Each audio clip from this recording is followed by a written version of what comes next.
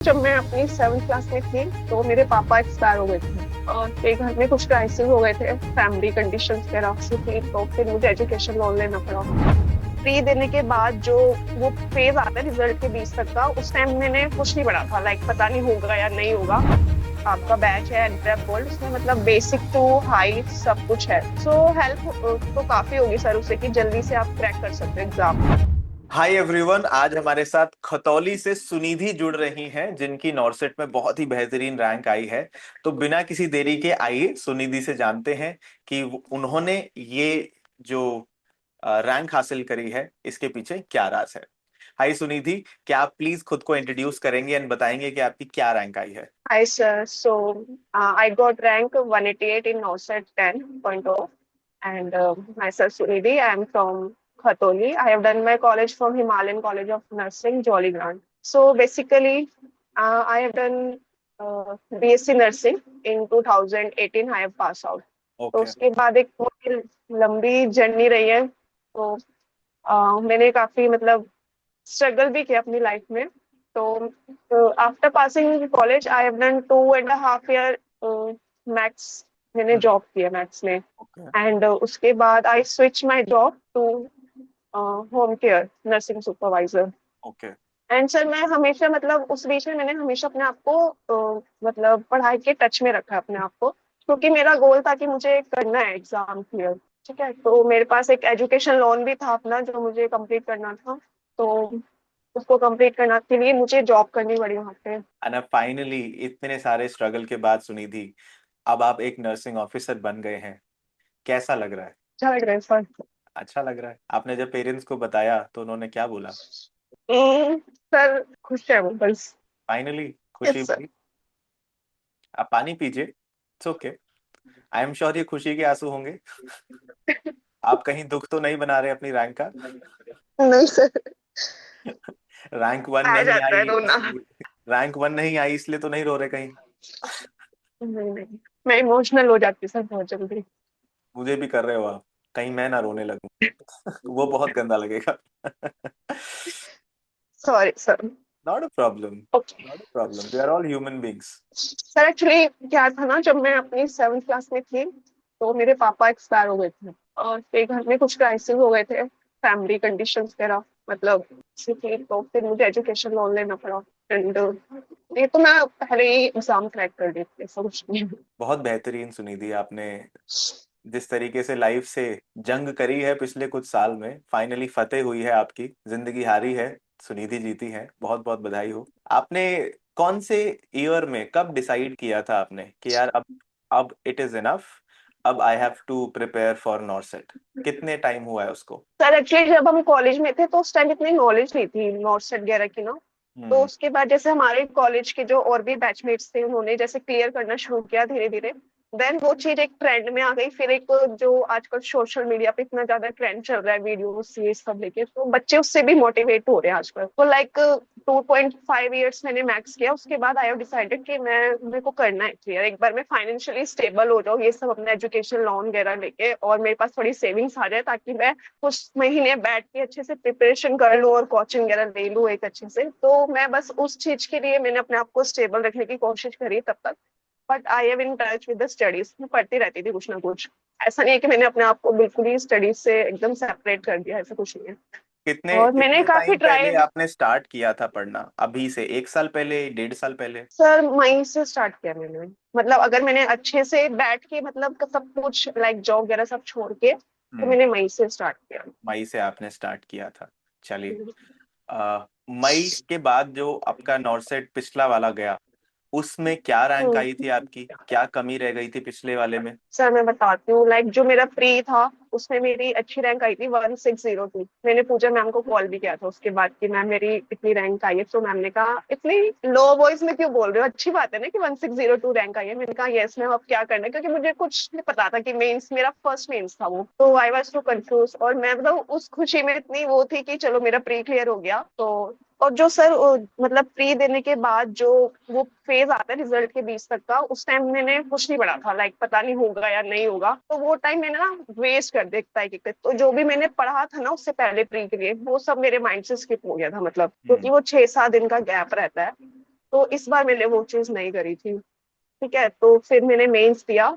तो मेरे को दोबारा से सब कुछ पढ़ना पड़ा, लाइक साइकेट्रिक वगैरह। मेरा इतना होल्ड नहीं था मतलब उस सब्जेक्ट पे ना, तो हम्म। मतलब ऐसा था कि सब कुछ ही स्किप हो गया। फिर मैंने दोबारा चीजें पढ़ी, कुछ रह गया, कुछ हुआ, कुछ टॉपिक अनटच रह गए थे काफी सारे। एंड फिर मैंने मेंस का रिजल्ट आया, तो फिर मेरी उसमें रैंक आई थी 4989। Hmm. Qualified but not selected. Hmm. तो मुझे फिर थोड़ा सा लगा कि अब तो नहीं होगा। फिर भी मेरे को लगा कि चलो चॉइस फिलिंग कर देते हैं, क्या पता हो जाए। हम्म। लेकिन फिर चॉइस फिलिंग का जो रिजल्ट आया उसमें भी नहीं हुआ। फिर अलॉटमेंट लिस्ट आई, मैंने कहा हम्म। दोबारा स्टार्ट करना पड़ेगा। थोड़ा मुश्किल होता है सर तो स्टार्ट करना, पर वो एक मोटिवेशन का। जब आपने रीस्टार्ट किया नॉर्सेट 9 के बाद, तो क्या सोचा था कि मैं किस महीने तक अपनी थ्योरी कंप्लीट कर लूंगी और कब से मैं रिवीजन स्टार्ट करूंगी? सर पहले तो मैंने लाइक जब तक नवंबर में मैंने पूजा मैम की क्लासेस ली, गोल्ड सीरीज वाली।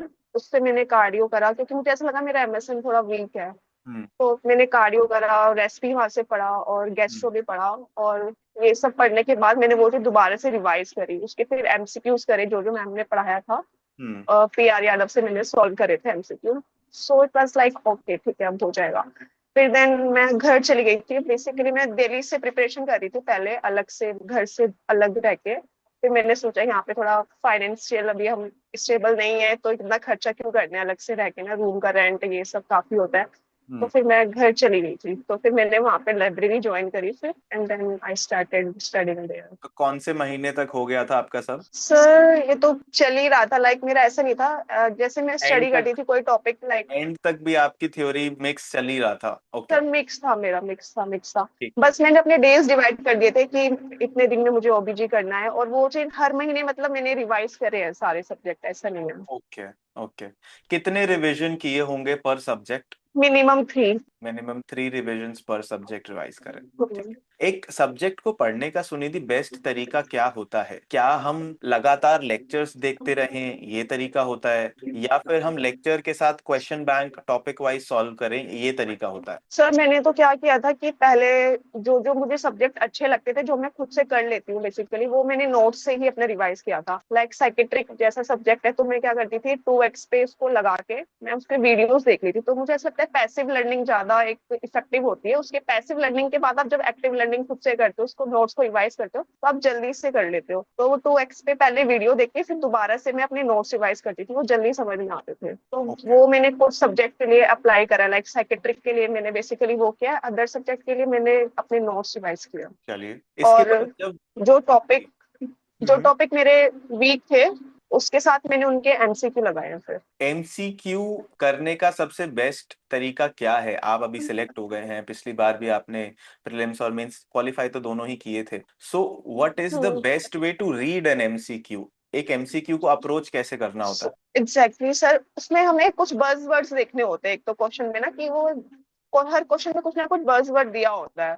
तो वो क्वेश्चन हमें पढ़ना है। तो लास्ट में तो मैंने शुरू किया था कि मैं पहले लास्ट लाइन जो होती है क्वेश्चन की, वो पहले पढ़ती हूँ, और देन फिर शुरू से स्टार्ट करती हूँ, एंड देन। ओके। और मेरे साथ तो ये हुआ था कि मतलब लास्ट लास्ट में ऐसा होता था कि मैं क्वेश्चन पढ़ते ही मेरे को आंसर आ जाता बिना ऑप्शन देखे। लेकिन फिर भी ऑप्शन पढ़ने पड़ते हैं सर, कभी कभी होता है कि ऑप्शन मतलब दूसरा आंसर होता है। चलो, अच्छी बात है, शुक्र है तो पढ़ लेते थे आप। वो चीज प्रैक्टिस से ही आती है सर। इंस्टिंक्ट, इसे मैं अपने एक्सपीरियंस में स्टूडेंट इंस्टिंक्ट पुकारता हूँ। जो जो भी हम तैयारी हम्म। कर रहे होते हैं, जो भी हम पढ़ाई कर रहे होते हैं, everything is to build that instinct.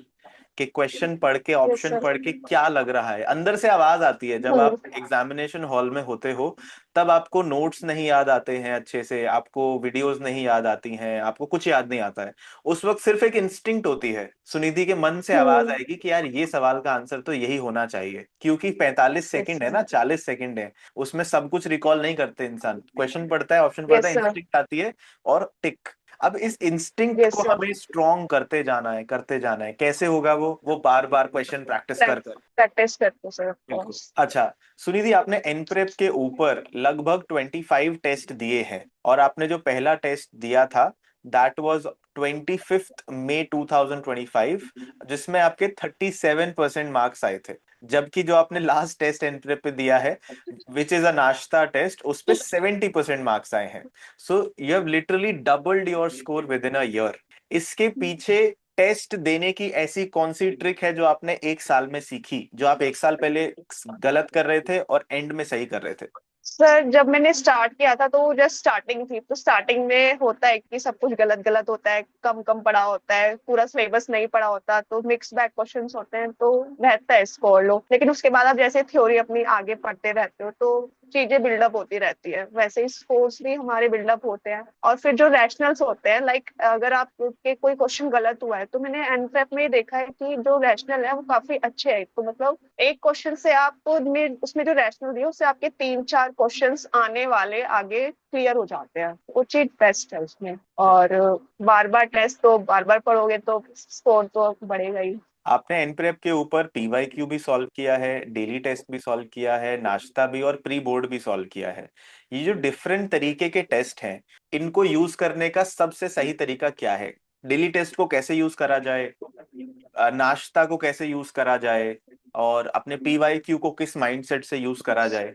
Sir PYQ हमें बताता है कि किस टॉपिक से क्वेश्चन आए हैं और उस टॉपिक को अच्छे से हमें करना है, क्योंकि उस टॉपिक वो टॉपिक रिपीट हो सकता है। लाइक बोलते हैं कि क्वेश्चंस रिपीट नहीं होते बट टॉपिक्स रिपीट होते हैं। तो पीवाईक्यू से हमें थोड़ा आइडिया हो जाता है कि किस किस टॉपिक से क्या क्या क्वेश्चंस है और हमें कौन कौन से टॉपिक्स और ज्यादा स्ट्रॉन्ग करने की जरूरत है और कहाँ पे हमारी गलती हो रही है, कौन सा टॉपिक हमारा छूट रहा है। तो it help. Okay. And daily test is like आदत बनानी पड़ती है डेली टेस्ट के लिए, तो ठीक है, रोज टेस्ट दो, डेली टेस्ट तो बहुत अच्छा स्कोर आएगा। अब इसके बाद हम बात करते हैं the shark in the pond, नाश्ता की।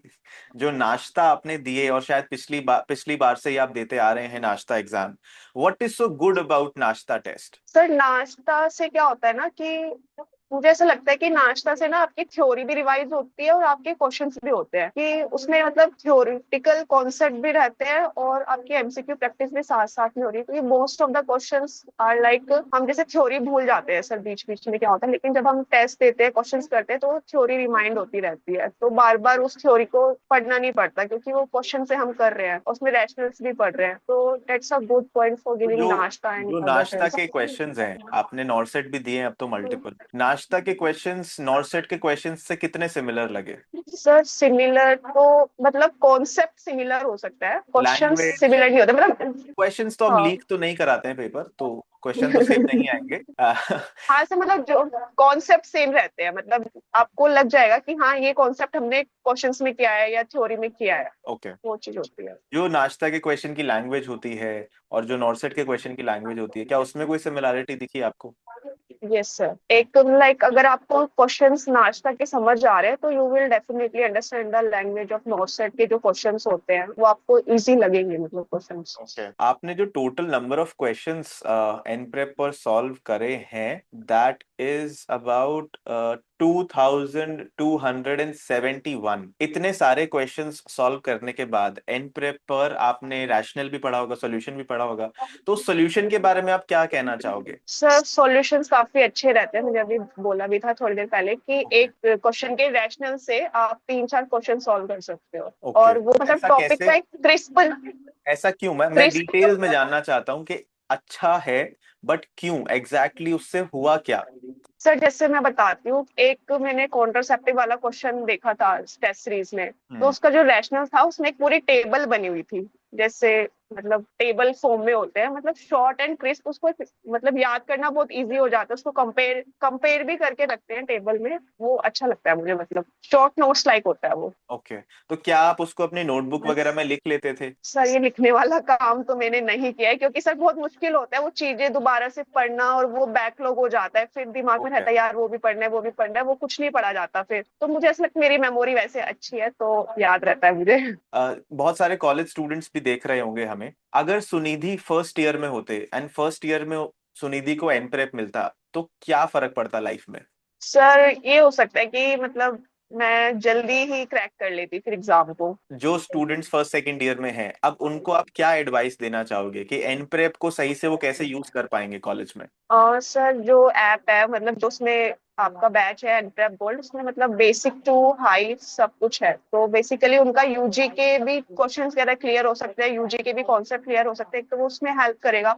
और आपके जस्ट लाइक 4 ईयर, मतलब 4 ईयर्स के बाद वो अगर आप एग्जाम क्लियर करते हैं तो लाइक अगर आप 4-5 महीने भी दे रहे हो उस चीज को रिवाइज करने में जो आपने गोल्ड से पढ़ा है अपने सेमेस्टर्स में 4 ईयर्स तक, सो हेल्प तो काफी होगी सर उससे कि जल्दी से आप क्रैक कर सकते हो एग्जाम। मतलब आपको वेट नहीं करना पड़ेगा 1-2 साल की, नहीं पढ़ा है कॉलेज अच्छा नहीं था, पढ़ाई नहीं हुई कॉलेज में, क्योंकि आपके पास एक सोर्स है जिसमें सब कुछ इजी लैंग्वेज में आपको एक्सप्लेन किया जा रहा है, क्या करना है आगे, कैसे क्वेश्चंस आएंगे, सब बताया जा रहा है, तो इट विल डेफिनेटली हेल्प। और अगर इमीडिएट पास आउट कोई इंसान है और उनको तैयारी स्टार्ट करनी है अब, तो 6 मंथ की क्या स्ट्रैटेजी होगी? सुनिधि क्या स्ट्रैटेजी देंगे कि 6 महीने में नॉर्सेट निकल जाए?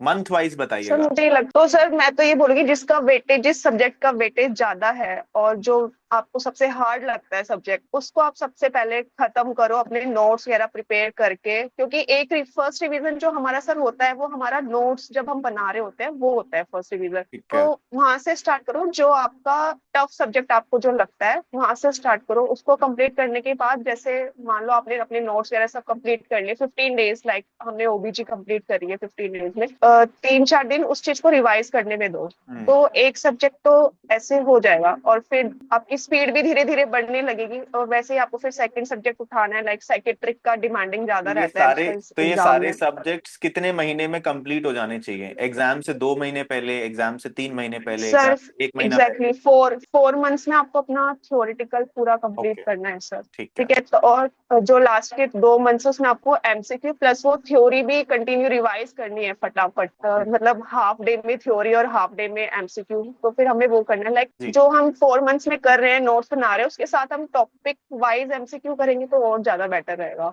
On that note I guess we have come to the end of the interview Sunidhi. बस लास्ट में दो चीजें। एक ऐसा मैसेज आप क्या सबको देना चाहोगे स्टूडेंट्स को जो डेफिनेटली करना ही करना चाहिए, और एक ऐसा मैसेज जो बिल्कुल भी नहीं करना चाहिए? जो करना चाहिए इस डेट के डेली टेस्ट दो, ठीक है। डेली टेस्ट देना बहुत जरूरी है सर। ओके। और क्या नहीं करना चाहिए? क्या नहीं करना चाहिए, मैं सर ये बोलती हूँ कि अपने आप को किसी से कंपेयर मत करो। अगर आपको कंपेयर करना है तो अपने आप से कंपेयर करो कि आप कल कहाँ थे आज कहाँ हो, कल आपने कितना पढ़ा आज कितना आप आगे बढ़े, कल के स्कोर क्या थे आज के स्कोर क्या है, क्या लैग हो रहा है आज, वो सब आपको ध्यान रखना है। Okay. Don't compare yourself with anyone. Very beautiful, very beautifully said Sunidhi. Thank you so much for the time. बहुत अच्छा लगा आपसे बात करके। बहुत ही डिटेल में स्ट्रक्चरली आपने एक्सप्लेन किया स्टूडेंट्स को कि किस तरीके से एग्जाम को अप्रोच करना है। Thank you so much.